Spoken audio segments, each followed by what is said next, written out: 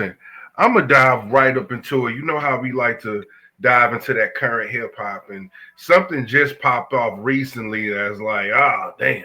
It kind of made me sweat, sad. I'll say it's bittersweet, man. You know what I'm saying? Load up that clip, man, right there, bro.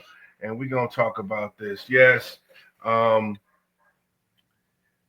I'm not sure if people have heard about this, but unfortunately, it appears that Goodie Mob has met the end of the road.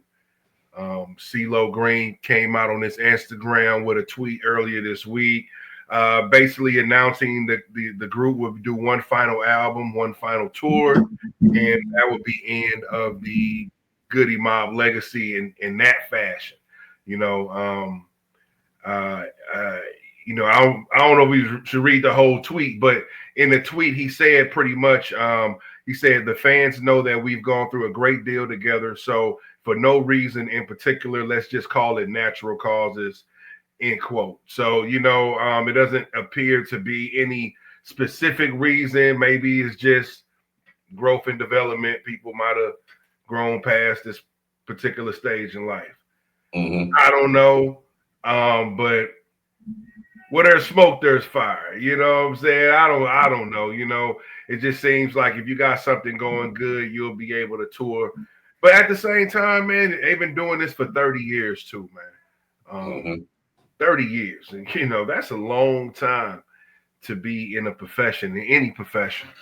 So, man, but how do you feel about that, KG? This is one of the groundbreaking groups. We always mention these guys when we talk about who shaped the scope of Atlanta, and bigger than that, who shaped the scope of the South, and even bigger than that, who shaped the scope of hip hop. So, man, how you feel about this, man? How does this news make you feel, man? I was kind of taken back because it was kind of like from left field.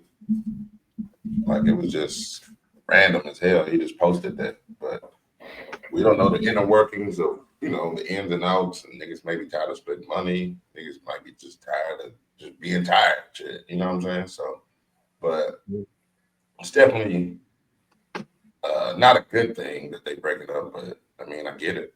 They gave us plenty of classic music to go back and feed on. So, I mean, I guess it is what it is at this point. And you know what? I will say this. I don't see a problem with Big Gip or Cee-Lo getting work. I don't know about the other two, T-Mo and Cujo Billy. I mean, and you know what? You're definitely right about that, because I didn't even look at it from that angle, bro. Like, that doesn't mean that they're going to stop doing music individually.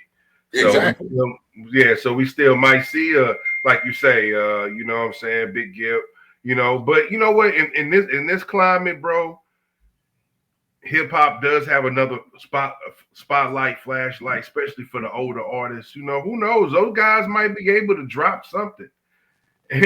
Maybe together. Maybe T-Mo and Cujo could do an album together. You know what I'm saying? But who knows? But definitely Cee-Lo and Gip. For some reason they always carried that torch and did very well on their solo efforts. You know what I'm saying? But I will say this though.